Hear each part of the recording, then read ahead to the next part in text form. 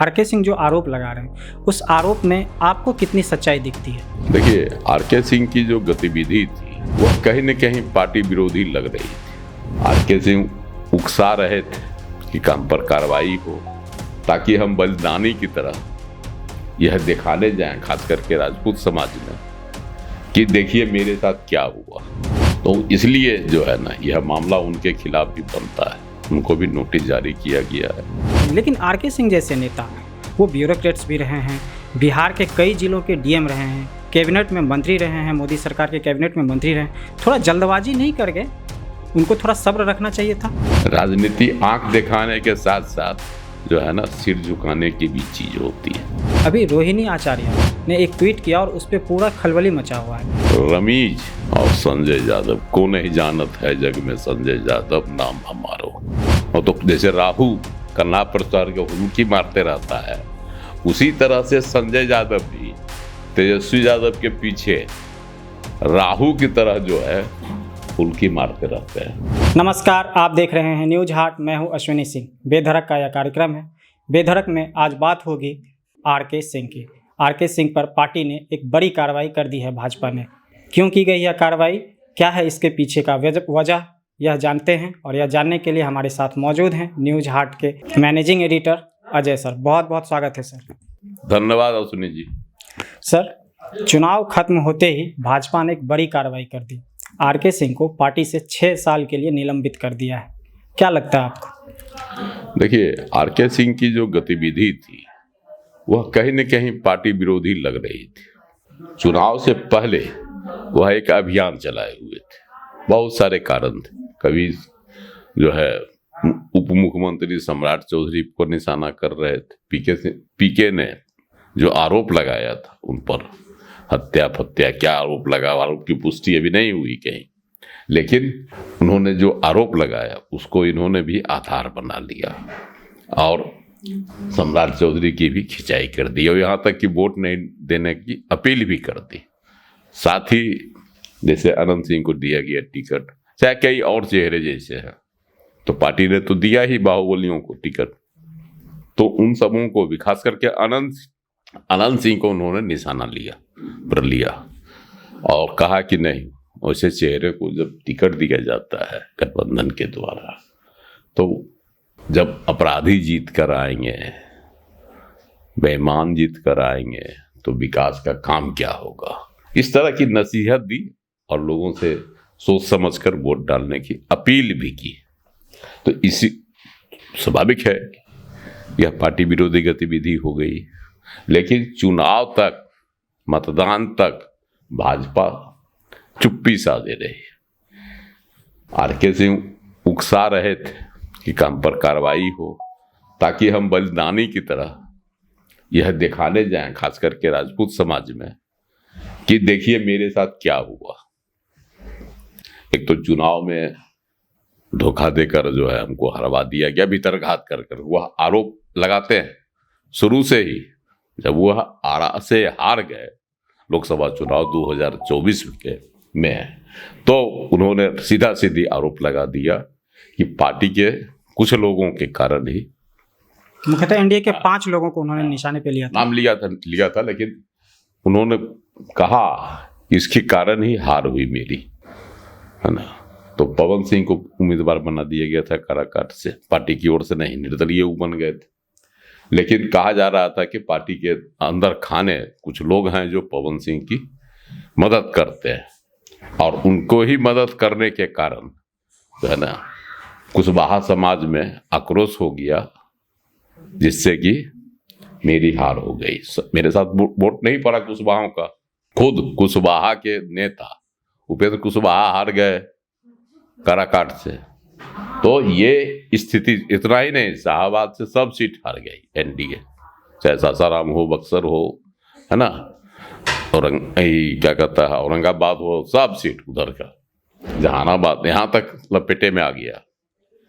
तो इसके लिए जो है आरके सिंह कहते थे कि यह जो है पार्टी के अंदर से ही लोगों ने भीतरघात किया, तो इसीलिए जो है ऐसे चुनावी दृश्य उभर कर आए। एक सवाल था सर मेरा इसमें, आरके सिंह जो आरोप लगा रहे हैं उस आरोप में आपको कितनी सच्चाई दिखती है?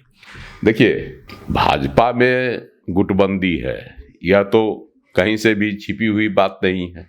इसीलिए इस चुनाव में आप देखे होइएगा कि केंद्रीय नेतृत्व पूरा सीरियस था, प्रदेश नेतृत्व पर जो है भरोसा नहीं किया। खुद अमित शाह यहाँ बैठे रहे, है ना, और उन्होंने ही सारे चुनावी अभियान का जो है मॉनिटरिंग किया। तो इसका मतलब है कि कहीं न कहीं भाजपा के अंदर, है ना, गुटबंदी है। तो हो सकता है कि पवन सिंह को कोई ताल ठोक रहा होगा, है ना, और पवन सिंह को ताल ठोकने की वजह से ही शाहबाद और भोजपुर का जो है नक्शा बिगड़ गया 2024 के लोकसभा चुनाव में।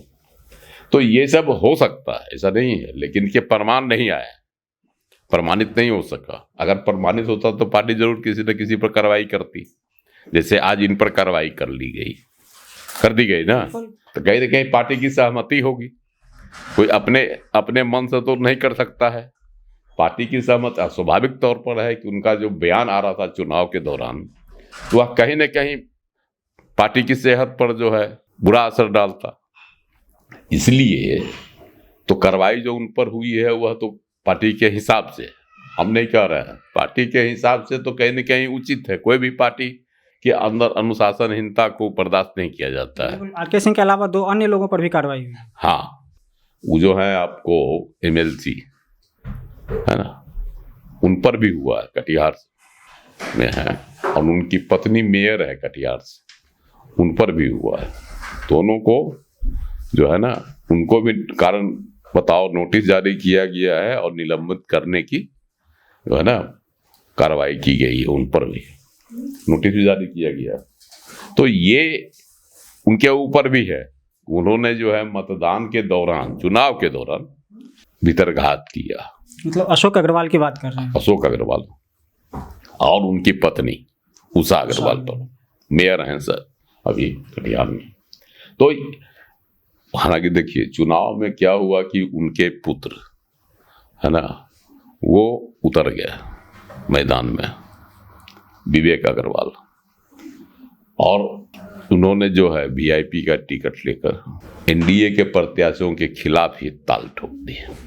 तो उस दौरान भी यह मामला उठा था, तो अशोक अग्रवाल ने भी और जो है उनकी पत्नी उषा अग्रवाल ने भी कहा था कि नहीं, वो बागी करके अपना चुनाव लड़ रहे हैं और हम जो है पार्टी के प्रत्याशी के साथ जो है पूरी प्रतिबद्धता के साथ जुड़े रहेंगे, है ना, चुनाव प्रचार में भी। लेकिन प्रचार के दौरान पुत्र मोह में हुआ, है ना, विवेक अग्रवाल के साथ प्रचार करते हुए देखे गए और इसका वीडियो भी वायरल हो गया, जिससे पुष्टि हो गई।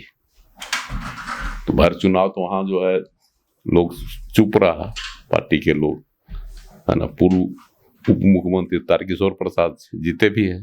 तो इसलिए जो है ना यह मामला उनके खिलाफ भी बनता है, उनको भी नोटिस जारी किया गया है कि क्यों नहीं आपको पार्टी से निष्कासित कर दिया जाए। सर आरके सिंह की बात कर लेते हैं थोड़ा सा। ठीक है, अगर कहीं ना कहीं वो आरोप लगा रहे हैं, अगर थोड़ी देर के लिए ये मान लिया जाए भाजपा में गुटबंदी है जिसके कारण आरके सिंह की हार हुई, वो जैसा मानते हैं, लेकिन आरके सिंह जैसे नेता वो ब्यूरोक्रेट्स भी रहे हैं, बिहार के कई जिलों के DM रहे हैं, कैबिनेट में मंत्री रहे हैं, मोदी सरकार के कैबिनेट में मंत्री रहे हैं, थोड़ा जल्दबाजी नहीं कर गए? उनको थोड़ा सब्र रखना चाहिए था। आरके सिंह को सब्र रखना चाहिए था, संयमित जो होना चाहिए था। देखिए राजनीति में होता है कि अभी तो यह विधानसभा चुनाव है, लोकसभा चुनाव तो आ नहीं रहा है। लोकसभा चुनाव आता 2029 में और उनको टिकट नहीं मिलता, है ना, तब उनका आधार बनता कि हमको उपेक्षित कर दिया गया। तो हमको हमारी जो अपनी समझ है या जो हमको कुछ सूचना है उससे है कि वह राज्यसभा में जाना चाहते थे, है ना, लेकिन राज्यसभा की वह सीट, है ना, उपेंद्र कुशवाहा को देते गए। चुनाव नतीजा के बाद ही उपेंद्र कुशवाहा बने राज्यसभा के सदस्य। तो वहीं से इनके मन में जो है ना खटास उत्पन्न हुआ। वैसे बड़ी ईमानदार अधिकारी रहे हैं, बिल्कुल उनके ईमानदारी पे वचन के पूरे जो है पक्के आदमी हैं, पूरी तरह से कर्तव्यनिष्ठ भी है, सब कुछ उनमें खूबी है। लेकिन एक खामी है, वह है अक्खरपन, जो राजनीति में नहीं चलती है। राजनीति आंख दिखाने के साथ साथ जो है ना, सिर झुकाने की भी चीज होती है। वो जो है आईएएस अधिकारी रहे, वो सिर झुकाना नहीं सीखे, है ना। वो भी कड़क आईएएस अधिकारी रहे। 1990 में लालू प्रसाद जी ने भी इनका उपयोग किया था जी। लाल कृष्ण आडवाणी की गिरफ्तारी के लिए, जो रथ यात्रा लेकर निकल गए थे, है ना। तो वह साहस और वह ईमानदार प्रयास अगर किसी ने किया तो वह आरके सिंह ही थे। तभी वो जो है लालू प्रसाद अपने अभियान में सफल हो गए। नहीं तो लाल कृष्ण आडवाणी को बिहार में गिरफ्तार करवाना या कर लेना उतना आसान नहीं होता, है ना। तो ये सब खूबी उनमें है, गुण है। लेकिन वही बोले ना कि अक्खरपना राजनीति में नहीं चलती। वैसे भी जो है, जब वह सांसद और मंत्री हुआ करते थे आरा से, तो उस समय भी उनके खिलाफ कार्यकर्ताओं में असंतोष था। तो उनकी हार का एक कारण यह भी बताया जाता है।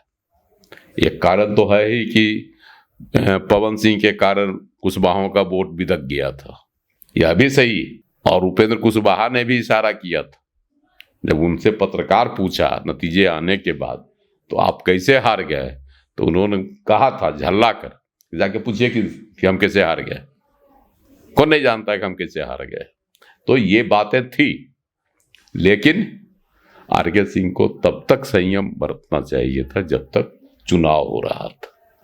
चुनाव में प्रतिकूल असर अगर पड़ता एक जाति विशेष पर, राजपूत, जो कि भाजपा की थाथी रही है अभी की राजनीति में, थाथी है ना, सबसे अधिक राजपूते जीते हैं सवर्णों, तो ये थाथी है एनडीए की, और उसी पर आप प्रहार कीजिएगा तो स्वाभाविक है कि आप पर कार्रवाई होगी, और हुई।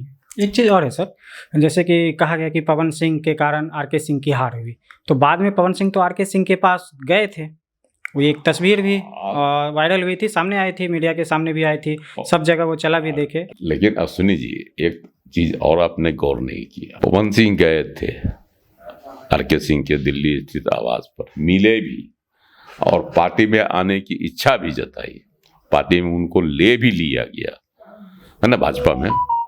लेकिन उससे पहले उनको क्या कहा गया, आप उपेंद्र कुशवाहा के से मिलिए, उनसे माफी मांगिए, तभी आपकी पार्टी में एंट्री हो सकती है। और वह उपेंद्र कुशवाहा के पास गए, उनका पैर छुए पवन सिंह, उनसे आशीर्वाद लिए, तभी उनकी भाजपा में एंट्री हुई। और लोकसभा विधानसभा चुनाव में उन्होंने धुआंधार प्रचार भी किया पार्टी के लिए। एक दो सवाल और सर इसको लेके, आपको क्या लगता है आरके सिंह जो किया उन्होंने, मतलब जो जल्दबाजी दिखाई, यह उनके लिए आत्मघाती साबित होगा? दूसरी तरफ भाजपा के लिए क्या ये एक खतरे की घंटी हो सकती है, क्योंकि आरके सिंह राजपूत समुदाय से आते हैं और राजपूत समुदाय के नेता पे कार्रवाई करना, क्या भाजपा के लिए को इसका नुकसान उठाना पड़ेगा, और आरके सिंह के लिए यह कितना आत्मघाती होगा? देखिए, अब तो किसी के निष्कासन पर अब तो यह भविष्य बताएगा, क्योंकि अभी फिलहाल जो है इसका कोई असर हमको नहीं लगता कि होगा, क्योंकि अभी सब सरकार बनाने में रहेगा, सब जीत का जश्न मनाने में रहेगा। लेकिन जब मंथन होगा या फिर कोई वो अभियान चलाएंगे, है ना, आरके सिंह स्वाभाविक चुपचाप तो बैठेंगे नहीं, कहीं ना कहीं जब बगावत का सुर उगल रहे थे, राह पर वो चल दिए थे, तो आगे भी उनकी कुछ न कुछ मंशा होगी जिसको वह फलीभूत करना चाहेंगे। तो स्वाभाविक है कि अब उनके साथ कितना जुड़ाव होता है, कितने लोग जुड़ते हैं, है ना, यह भी देखना होगा, तभी इसका आकलन लगेगा कि पार्टी को कितना क्षति वो पहुंचा सकते हैं। अब बढ़ते हैं सर राजद की ओर। तेजस्वी यादव चुनाव बुरी तरह से उनकी पार्टी हारी, उनका गठबंधन भी हारा, अपनी सीट भी वो काफ़ी संघर्ष करने के बाद बचा पाए, लेकिन उनके परिवार में जो है महाभारत वो कमने का नाम नहीं ले रहा है। अभी रोहिणी आचार्य ने एक ट्वीट किया और उस पर पूरा खलबली मचा हुआ है। रोहिणी आचार्य ने एक्स पे पोस्ट लिख के संजय यादव और एक रमीज नाम के व्यक्ति को जो है सो दोषी ठहराया है, कहा कि उनके कहने पे ही मैं ये सब कर रही हूँ। इसको आप कैसे देखते हैं? कौन है ये रमीज? देखिए, रमीज और संजय यादव को नहीं जानत है जग में, संजय यादव नाम हमारो, है ना। तो ये तो सब जान रहा है कि संजय यादव कौन है ना। राजद के श्री यादव के कौन खासम खास है ना। और एक नया नाम उभरा है रमीज का। रमीज भी इनके क्रिकेट काल के दोस्त है और इनके साथ चिपके रहते हैं। इनके कार्यालय में देखते हैं, चुनाव प्रचार का काम देख रहे थे चुनाव में, और बहुत इनसे करीबी हैं। तो और संजय यादव तो साया की तरह रहते ही है, दिखाइए पड़ जाते हैं। जैसे कभी आपको सुने होइएगा कहानी, है ना, कन्हा पर चढ़ता है राहु, कन्हे पर से, तो जैसे राहु कन्हा पर चढ़ के हुल्की मारते रहता है, उसी तरह से संजय यादव भी तेजस्वी यादव के पीछे राहु की तरह जो है हुल्की मारते रहते हैं। एकदम अब विनाश का पहर बिठा दिए, है ना। राहु कहता है कि हम जब रावण को नहीं छोड़े, है ना, शंकर को नहीं छोड़े, याद है ना, तो उसी तरह से संजय यादव वही राहु है। तो लालू जी के पूरा परिवार को तो तहस नहस करिए देंगे। तेज प्रताप यादव घर से निकाल दिए गए, पार्टी से निकाल दिए गए। लालू प्रसाद ने ही निकाला, आज अकेले चुनाव लड़ गए अलग होकर। क्या हाल हुआ तेजस्वी यादव का और पार्टी का, राजद का। 25 पर सिमट गई पार्टी। 2010 में यही दुर्गति पार्टी की हुई थी और मात्र 24 सीट जीती थी। इस बार 1 सीट आगे बढ़ सकती, लेकिन दौर वही आ गया, है ना। 15 में जो है नीतीश कुमार जी पुनर्जीवन दे दिए, है ना, लेकिन आगे जो है कौन ऐसे नेता होंगे कि इनको फिर से पुनर्जीवन देंगे। तब तक तो लालू जी भी जो है नहीं एक्टिव रहेंगे कि नहीं एक्टिव रहेंगे, भी तो एक्टिव नहीं रहेंगे। इसी बार चुनाव में एक्टिव नहीं थे, तो फिर इनको बचाएगा कौन? इनकी राजनीति को जीवित कौन रखेगा? यह भी बहुत यक्ष प्रश्न है, क्योंकि परिवार का भी साथ नहीं मिल रहा है। अब परिवार भी बिखर रहा है। रोहिणी आचार्य जिसने किडनी देकर लालू प्रसाद की जान बचाई, आज वो खुद को परिवार से अलग कर लिया। उसने परिवार से अलग कर लिया। इससे पहले संजय यादव के कारण वह जो है पार्टी से अलग हुई और न ही प्रचार करने के लिए आने की कसम खाई, लेकिन फिर आई, है ना। और तेजस्वी यादव का प्रचार भी की, राघोपुर में की थी ना, रोड शो में थी। तो ये सब किया, लेकिन फिर क्या बोल दिया संजय यादव और रमीज ने? खुद उसने ही कहा कि हमको बोला गया, हमने यह फैसला ले लिया। हाँ, राजनीति भी छोड़ दी और परिवार को भी त्याग दिया। तो इसका मतलब है कि धीरे धीरे पहले परिवार तोड़ देंगे संजय यादव, उसके बाद जो है लालू स्वाभाविक तौर पर जो है तो तेजस्वी कमजोर हो जाएंगे। जब परिवार में ही विघटन होगा तो पार्टी टूटने में कितना देर लगता है? सर, अंतिम सवाल, राजद की बड़ी हार और परिवार में ये जो मनमुटाव है, ये टकराहट कही कि एक तरह से परिवार का टूटना, इसके बाद तेजस्वी यादव की राजनीति को आप कहाँ देखते हैं? वही तो हम बता रहे हैं कि जो संजय यादव अगर इसी तरह और रमीज दोनों इनके राहु केतु इनके साथ जुड़े रहे तो स्वाभाविक तौर पर है जो इनकी राजनीतिक जो है क्या कहा जाए सत्यानाश हो जाएगा इनका। आज के इस वीडियो में बस इतना ही। आपको हमारा यह कार्यक्रम कैसा लगा कमेंट सेक्शन में जाके जरूर बताएं। फेसबुक पर हमारे पेज को फॉलो करें, यूट्यूब पर हमारे चैनल को सब्सक्राइब करें। बहुत बहुत धन्यवाद।